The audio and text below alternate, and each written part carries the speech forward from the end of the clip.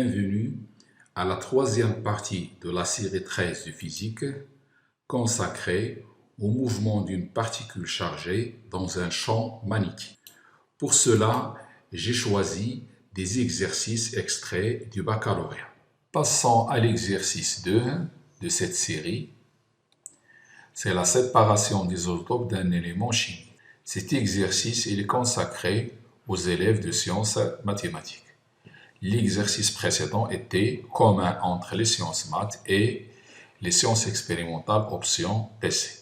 La spectrométrie de masse est une technique de détection extrêmement sensible. À l'origine, elle servait à détecter les différents isotopes d'un élément chimique, mais actuellement, elle est utilisée pour étudier la structure des espèces chimiques. On veut séparer les deux isotopes du zinc à l'aide d'un spectrographe de masse. La chambre d'ionisation produit les ions Zn2+68 et Zn2+A, de masse respective M1 et M2.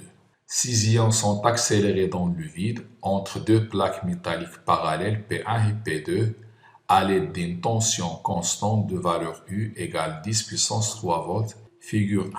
Donc, dans la chambre d'ionisation, on produit les ions Zn2+68 et Zn2+A. Ils sortent de ce trou avec une vitesse pratiquement négligeable.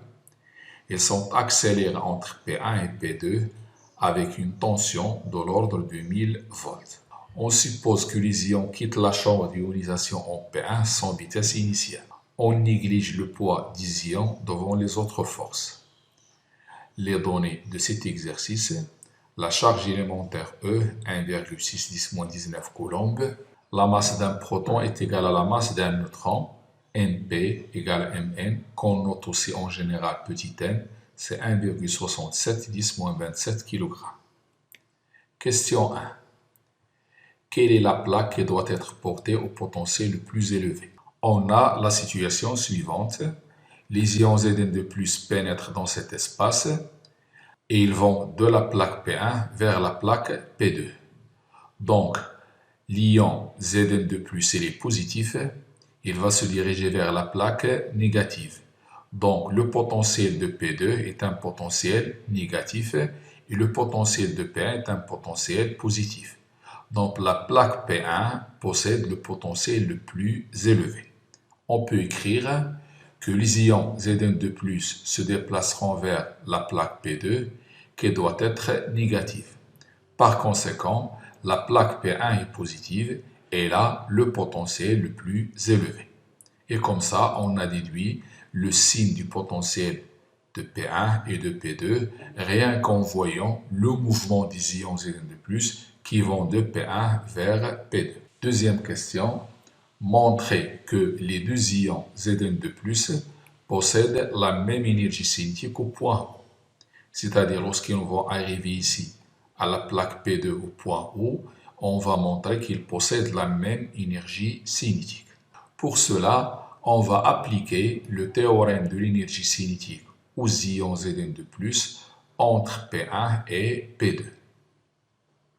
Bien entendu, selon l'exercice, le poids des ions est négligeable devant les autres forces. La seule force à laquelle il est soumis l'ion, c'est la force électrostatique Fe.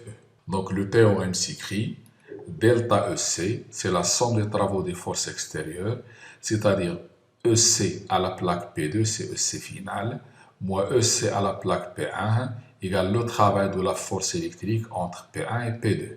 Puisque les ions Zn2+ ne possèdent pas de vitesse initiale lorsqu'ils sortent de P1, donc leur énergie cinétique à la plaque P1 est nulle. Je rappelle le travail de la force électrique entre deux points, c'est W de F entre le point P1 et le point P2, c'est la charge Q, fois le potentiel UP1, P2. Les ions Zn2+ possèdent deux charges positives, donc c'est plus 2 E, et UP1, P2, c'est ce qu'on appelle U d'après l'exercice. Donc je vais écrire ici que EC à la plaque P2, c'est le travail de cette force, c'est 2EU. On constate que cette énergie cinétique ne dépend pas de la masse des ions. Elle dépend de leur charge et du potentiel dans lequel elles sont mises. Ils ont la même charge, ils sont mis dans le même potentiel, ce qui veut dire que les deux ions ont la même énergie cinétique lorsqu'ils arrivent au point O sur la plaque P2. Donc on peut écrire que puisque U est constante, alors les deux ions ont la même énergie cinétique. Troisième question, exprimez la vitesse V1 de l'ion Zn de plus 68 au point O en fonction de U, E et M. N'oublions pas que M, c'est la masse du proton et aussi la masse du neutron. Et on va en déduire l'expression de V2 de l'ion Zn de plus A en même point O en fonction cette fois-ci de V1 et de A, le nombre de masses. D'après la question précédente, l'énergie cinétique du l'ion Zn de plus 68 s'écrit EC égale 2E. Je remplace l'expression de EC par 1 demi M1 V1 au carré égale à 2E. Donc, V1 égale 2 racine EU sur M1. Maintenant, on va exprimer M1 en fonction de la masse du proton et du neutron. On sait que la masse du l'ion est égale à la masse de tous ses nucléons. C'est-à-dire que si j'ai un ion X ou bien un atome X à Z, sa masse c'est Z fois la masse du proton, plus A moins Z la masse du neutron, et puisque la masse du neutron est égale à celle du proton, ça donne A fois MP, c'est-à-dire A fois M. Donc je vais remplacer M1 par A fois M. Le A de cet ion c'est 68. Donc le V1 s'écrit 2EU sur 68M. Maintenant pour la vitesse V2. Les deux ions ont la même énergie cinétique au point O, ça veut dire que 1 demi M1 V1 au carré égale à 1 demi M2 V2 au carré. J'en déduis que V2 égale à V1 racine de M1 sur M2. Je vais remplacer M1 par 68M et M2 par A fois M. Et j'obtiens que V2 égale V1 racine de 68M sur A fois M. Je simplifie le M, il me reste V2 égale V1 racine de 68 sur A. Quatrième question. À l'instant t égale à 0, les ions Zn2 plus 68 et Zn2 plus A pénètrent ensuite dans une région où règne un champ magnétique uniforme orthogonal au plan de la figure d'intensité B égale 0,10 Tesla. Ces ions Zn2+ sont déviés et heurtent la plaque photographique respectivement au point C et C'. Question 4.1. Indiquez sur un schéma le sens du vecteur B, justifiez la réponse. Alors maintenant, les ions Zn2+, d'après le texte, pénètrent dans une région où règne un champ magnétique uniforme orthogonal au plan de la figure. C'est cette figure. Donc ils entrent par le point O avec une vitesse initiale V0 dans cette région délimitée en pointillés où existe un champ magnétique. Il y a une plaque photographique sur laquelle vient frapper les ions Zn2+. Donc je connais la direction de la vitesse V, et puisque les ions sont déviés vers cette plaque, donc la force est dirigée vers le bas, qui va les dévier vers C, il est dirigé vers le bas. Comme ça, c'est la force magnétique. Je connais maintenant la direction de V, je connais la direction de F, je peux déduire la direction et le sens de B en utilisant l'une des règles citées dans le cours, soit la règle des 3 doigts de la main droite ou bien la règle des 3 doigts de la main gauche. Donc selon la règle par exemple des doigts de la main droite, on va déduire que le vecteur B est dirigé vers l'avant et il est parallèle à OZ. Donc on va le représenter par un point, c'est-à-dire un vecteur sortant. La question 4.2 montre que le mouvement des ions Zn2+ a lieu dans le plan au XY. Pour répondre à cette question, il suffit de montrer que la coordonnée Z est une constante, c'est-à-dire soit Z égale à 0, soit Z égale à une constante différente de 0. On avait le schéma suivant lors de la question précédente. Il montre que le vecteur B est collinéaire avec Z, c'est-à-dire de même direction et de même sens que OZ. Donc je peux écrire que le vecteur B dans la base IJK s'écrit B fois K. Ça veut dire que B est parallèle à K et de même sens que K. D'autre part, l'ion Zn de plus, il est soumis à la force de Lorentz qui s'écrit QV vectoriel B qui est égal à QV vectoriel B fois K. Donc, en appliquant la deuxième loi de Newton dans un repère terrestre, on obtient l'expression suivante. QV vectoriel B, c'est-à-dire QV vectoriel BK égale à M. Donc, d'après les propriétés du produit vectoriel, A est perpendiculaire à K. Alors, si je dis que A est perpendiculaire à K, ça veut dire que la projection de A sur K est nulle. Dire que la projection de A sur K est nulle veut dire que AZ égale à 0. Donc, si AZ égale à 0, ça veut dire que VZ est une constante, la primitive de AZ. On sait que une grandeur, s'il est constante, elle est égale à la valeur initiale. Et selon les conditions initiales, la vitesse initiale, elle est collinéaire avec Y, c'est-à-dire elle est collinéaire avec J. D'où la projection de V0 sur Z, elle est nulle. Donc V0Z égale à 0. Donc V0 égale à Z veut dire que Z est une constante qu'on va appeler Z0. Et selon les conditions initiales, l'ion Zn de plus pénètre en haut dans cet espace. Et le point O, c'est l'origine du repère. Donc on peut dire que Z0 est aussi égal à 0. Donc puisque Z égale à 0, donc le mouvement se fait dans le plan au XY. Donc c'est un mouvement plan. On peut écrire le mouvement des ions a lieu dans le plan au XY. Si on nous demande par exemple que le mouvement se fait dans le plan OXZ, il faut montrer que Y est une constante, et ainsi de suite. Passons à la question 4.3. Déterminer la nature du mouvement des ions Zn de plus dans le champ B.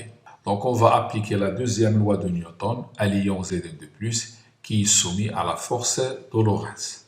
Bien entendu, la deuxième loi, elle est appliquée dans un référentiel terrestre supposé galiléen. Donc, F égale à M de l'ion fois A, donc QVB égale à M fois A. On en déduit que A égale à Q sur M V vectoriel B. On peut remplacer la charge Q par 2E, c'est la charge du l'ion Zn de plus. Et d'après les propriétés du produit vectoriel, A est perpendiculaire à V. Donc dire que A est perpendiculaire à V veut dire que l'accélération tangentielle, elle est nulle. Et si l'accélération tangentielle est nulle, A n'est égal qu'à A normal. Donc on va exploiter ces deux résultats pour déterminer la nature du mouvement. Commençons par AT égale à 0. On sait que AT c'est la dérivée de la vitesse. Si la dérivée de la vitesse est nulle, donc la vitesse est une constante. La vitesse est une constante veut dire que le mouvement il est uniforme. Maintenant on va dire que le module de A égale au module de A normal. Ça veut dire le module de ce vecteur égale à la valeur de A normal. Le module de ce vecteur c'est Q sur M V fois B. Je peux remplacer Q par 2E, ça va donner 2E sur la masse du l'ion fois VB. L'accélération normale d'après le cours, c'est V au carré sur ρ. ρ, c'est le rayon de courbure de la trajectoire. J'en déduis que le rayon de courbure, c'est mv sur 2EB. C'est une constante. La courbe qui possède un rayon de courbure constant, c'est un cercle. Donc je peux dire que la trajectoire est circulaire et cette expression représente le rayon de cette trajectoire. Donc comme conclusion, trajectoire circulaire, le mouvement uniforme, veut dire que le mouvement du l'ion dans le champ magnétique est circulaire uniforme. La question 4.4, on donne CC' égale à 8 mm, déduire la valeur de A. Reprenons le schéma de la trajectoire des deux ions.